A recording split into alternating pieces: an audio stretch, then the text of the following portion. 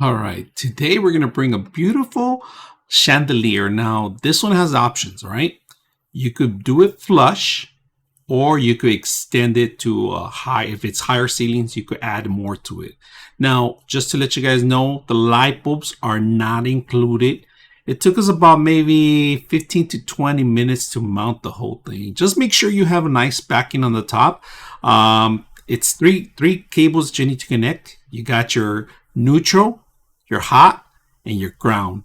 And that's pretty much it. Once you set it up, you tie it up in place and turn on the lights and you're ready to go. So one of the best things I like about it is just like it gives you a beautiful ambiance to any location. It could be a hallway, it could be an entrance, it could be your kitchen, or it could be your living room.